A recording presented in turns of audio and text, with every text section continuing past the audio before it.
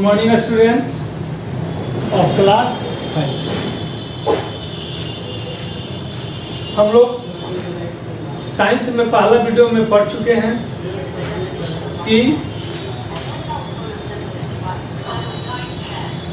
State of matter के ये chapter है, चैप्टर 4 स्टेट्स ऑफ मैटर।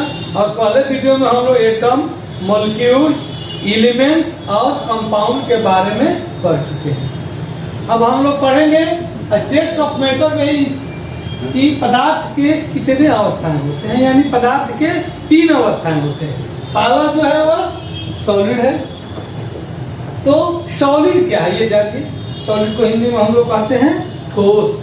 तो सॉलिड क्या है कि मॉलिक्यूल, जैसा कि मॉलिक्यूल्स के बारे में हम लोग पढ़ चुके हैं, इसको हिंदी में अणु कहते हैं। तो molecules are closely packed in solid, यानी सॉलिड में जो उसके अणु जो होते हैं वह बहुत पास होते हैं, नजदीक से वह सटे होते हैं। और it attacks each other with great force, और इसके अणु जो होते हैं वह बहुत बड़े शक्ति के साथ एक दूसरे से आकर्षित रहते हैं। It has a definite shape and value, इसका जो होता है वह शेप भी निश्चित होता है और उसका वॉल्यूम का मतलब क्या होता है, आयतन भी निश्चित होता है। तो यहाँ पर देखिए फिगर से आप देख सकते हैं कि मॉलिक्यूल्स इन सॉलिड, सॉलिड के जो अणु जो होते हैं वह एक दूसरे के क्लोजली पैक्ड होते हैं, सटे होते हैं। इसलिए सॉलिड जो होता है कि वह हार्ड होता है और इसके आकृति जो होते हैं वह चेंज नहीं होते हैं। इसका आप मॉलिक्यूल से देख लीजिए कि इसका मॉलिक्यूल्स जो है सॉलिड का वह आर क्लोजली वेरी पैक्ड, वह बहुत एक दूसरे के नजदीक में पैक रहते हैं। और सेकंड जो है लिक्विड्स। अब हम लोग लिक्विड्स के बारे में पढ़ेंगे। लिक्विड्स क्या है? लिक्विड क्या है? यह वाटर का एक फॉर्म है। Liquid form is called water. तो लिक्विड में क्या होता है, इसका मॉलिक्यूल्स क्या होता है? Molecules are loosely packed. Loosely का मतलब क्या होता है? ढीला रूप से। वह ढीले रूप से क्या होते हैं कि वह पैक होते हैं। बिकॉज इसका कारण क्या है? The force of attraction. Attraction का मतलब क्या होता है कि इसके जो बीच का जो बल होता है वह जो होता है वह बहुत कम होता है। यानी इसके देखिए यहाँ फिगर में इट है, जो फिगर में आप देख सकते हैं अलग अलग है, यानी इसका मतलब कि इसके अणु जो है अलग अलग हैं। तो जब इसके अणु अलग अलग है यानी ये क्लोजली पैक्ड नहीं है, वह far away it's molecules of liquids far away as compare to solid. तो इसमें देखिए कि इसका मॉलिक्यूल जो होते हैं वह कुछ दूर होते हैं। सॉलिड के अपेक्षा इसके जो अणु होते हैं वह कुछ दूर पर होते हैं। इसलिए इसको कहते हैं कि इसके बीच जो आकर्षण शक्ति होता है बल का, वह जो होता है वह ढीला होता है, लूजली। इट है डिफरेंट वॉल्यूम, इसका वॉल्यूम जो होता है वह निश्चित होता है। जैसे मान लिया जाए कि लिक्विड में आप वाटर ले लीजिए, जिस कंटेनर में डाला जाता है उसी शेप का हो जाता है। उसका शेप जो होता है वो डिफरेंट नहीं होता है, लेकिन इसका वॉल्यूम जो हो जाता है वह निश्चित होता है। जैसे मान लिया जाए कि 1 लीटर वाटर है, अगर उसको दूसरे बर्तन में डाला जाए तो वह 1 ही लीटर होगा वॉल्यूम, लेकिन उसका जो शेप हो जाएगा वह क्या हो जाएगा? इनडिफिनिट हो जाएगा, यानी अनिश्चित हो जाएगा। इसी तरह से मिल्क का आप एग्जांपल ले लीजिए। मिल्क भी एक लिक्विड फॉर्म है। अगर मान लिया जाए कि गिलास में अगर 500 ml जो है 500 मिलीलीटर दूध है, अगर उसको किसी दूसरे बर्तन में डाल दिया जाए तो वह 5 ml होगा, लेकिन उसका जो आकृति जो होता है वह डिपेंड हो जाता है। So it is said that, या कहा जाता है कि when liquid is poured into other container then it takes the shape of another container। यानी अगर कोई भी लिक्विड चीज है अगर किसी दूसरे में पोर किया जाता है, यानी ऐसे उड़ेला डाला जाता है, तो वह उसी कंटेनर यानी उसी बर्तन के वह शेप का हो जाता है, लेकिन उसका जो वॉल्यूम होता है वह निश्चित होता है, वह कभी चेंज नहीं होता है। जैसा कि आप कंपेयर में देखिए कि ये मॉलिक्यूल्स ऑफ सॉलिड जो है वह उसके क्लोजली जो है वह पैक्ड है, लेकिन यही लिक्विड का मॉलिक्यूल्स देखिए कंपेयर में, तो उसके जो होते हैं वह मॉलिक्यूल वह कुछ फार अवे होते हैं, कुछ दूर दूर होते हैं, यानी सटे सटे नहीं होते हैं।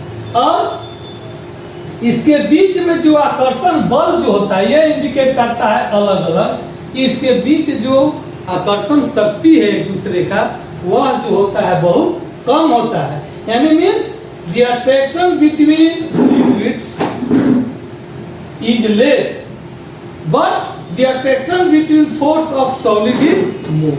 यानी इसका मतलब हुआ कि सॉलिड का जो सॉलिड में जो आकर्षण शक्ति होता है वह ज्यादा होता है, लेकिन वही लिक्विड में देखते हैं तो उसका आकर्षण शक्ति उतना नहीं होता है, यानी लूज होता है।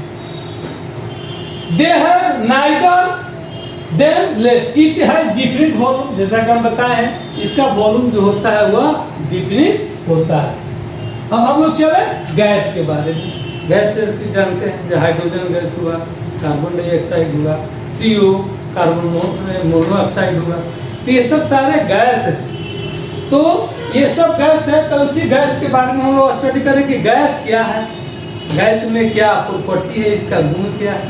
तो मॉलिक्यूल्स, इसके जो मॉलिक्यूल्स होते हैं वो क्या होते हैं कि बहुत जो होते हैं वो बहुत ज्यादा लूजली पैक्ड होते हैं, यानी मीन्स इसका हुआ कि इसके जो मॉलिक्यूल्स होते हैं वह very far away, the molecules of gases are very far away to each other as compared to both solid and liquid। यानी जो सॉलिड होता है और लिक्विड होते हैं उसके अपेक्षा इसके जो गैस के जो अणु होते हैं वेरी फार, बहुत दूर दूर होते हैं। तो इसका मतलब क्या हुआ कि दे हैव नाइदर, नाइदर का मतलब नहीं, नाइदर ए फिक्स शेप, न तो इसका यह निश्चित आकृति होता है, न तो हैव ए फिक्स वॉल्यूम, न तो इसका एक निश्चित वॉल्यूम होता है। यानी मीन्स इसका कहने का मतलब है कि the attraction of force of molecules in gases are very very far away, यानी उसके अणु, जैसा कि आप यहाँ फिगर से देख लीजिए कि इसके मॉलिक्यूल गैस के होते हैं, देखिए इसमें थोड़ा नजदीक नजदीक है, इसमें बहुत सटे है, इसका थोड़ा फार है मॉलिक्यूल से, लेकिन अगर गैस में देखें तो ये गैस के जो अणु होते हैं वह इसके अपेक्षा लिक्विड का अपेक्षा बहुत दूर दूर तक दिखाया गया है, यानी इसमें अट्रैक्शन फोर्स जो होता है मॉलिक्यूल्स का यह बहुत ज्यादा होता है, यानी अलग अलग बहुत दूर दूर तक फार अवे इसके मॉलिक्यूल्स होते हैं। इसलिए कहा जाता है कि गैस जो है वह फॉलो इन ऑल डायरेक्शन, इसके जो मॉलिक्यूल्स जो इतना ना दूर होते हैं कि यह सभी दिशाओं में फॉलो करते हैं, बढ़ते हैं। इसलिए इसका न तो निश्चित शेप होता है, आकृति होता है, और न यह इसके निश्चित वॉल्यूम होते हैं। नेक्स्ट हम लोग पॉइंट पर जाएं, चेंज ऑफ स्टेट, यानी अवस्था का परिवर्तन। If any substance is change from one set to another that is called change, उसको हम लोग कहेंगे कि वह चेंज है, परिवर्तन है।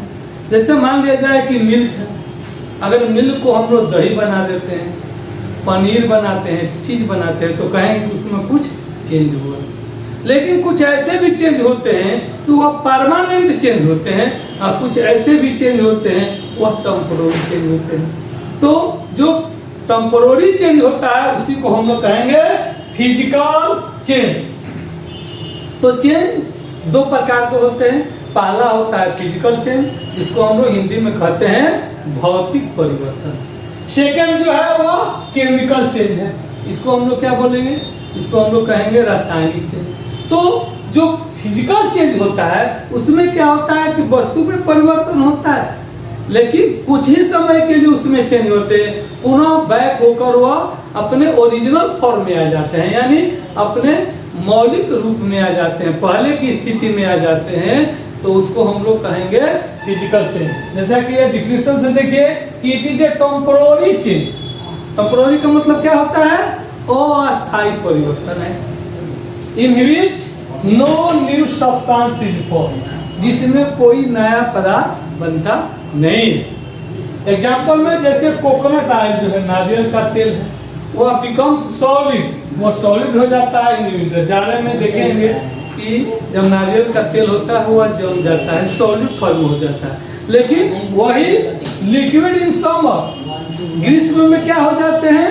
वह तरल पदार्थ में हो जाते हैं। Water changes to ice on cooling. जैसे मान लिया जाए कि वाटर जो है वो बर्फ में बन जाते हैं। बर्फ में कब बन जाते हैं? तो ऑन कूलिंग, ठंडा होने पर वह बर्फ में बन जाते हैं। और वह जब उसको वही हीट करते हैं, थोड़ा हीट में आया, टेम्परेचर के कंटेक्ट में आया, तो वह लिक्विड के रूप में बन जाते हैं। तो इसको हम लोग कहेंगे कि यह जो है यह एक फिजिकल चेंज हुआ, यानी इसमें no new substance is form but their shape is change. उसका केवल शेप जो है वो चेंज हुआ, उससे कोई नया सब्सटेंस बना नहीं। क्योंकि जो नया सब्सटेंस बना वह पुनः अपने ओरिजिनल में चेंज होकर आ गया।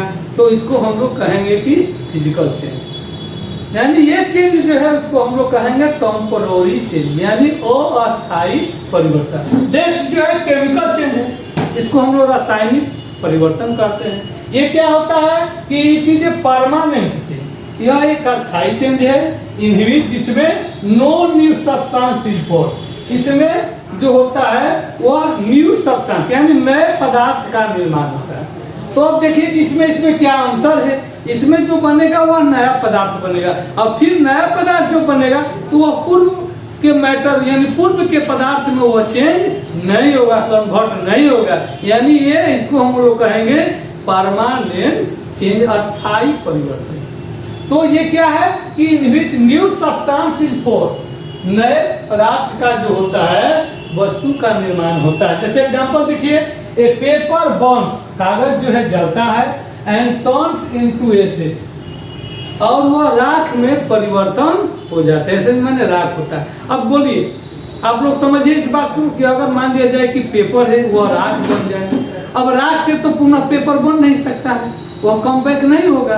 तो कम बैक नहीं होगा तो इसका मतलब कि ये टेम्पोररी चेंज नहीं है, बल्कि ये परमानेंट चेंज है, यानी नया पदार्थ इससे निर्माण होता है। और ये हो गया आपका केमिकल चेंज। इधर आपका वर्ड मीनिंग दिया हुआ है, टेक का आकर्षित करता है, डिफिट मान निश्चित, वॉल्यूम मान आयतन, पैक्ट मान सटे हुए एक दूसरे के क्लोजली, फिक्स निश्चित हो गया। फिजिकल चेंज भौतिक परिवर्तन, केमिकल चेंज रासायनिक परिवर्तन, टेम्पोररी अस्थायी, परमानेंट अस्थायी, एसिड राख, और बर्न्स माने जलता है, सॉल्यूशन। इसके बाद आप लोग इस सारे चीज को study and watch this video. After that send your comments about this. If you have any problem you have to say with message. So इसके बाद इस वीडियो में हम लोग इतना पढ़ेंगे, और नेक्स्ट वीडियो में इसका हम चैप्टर आगे बताएंगे। After that thank you.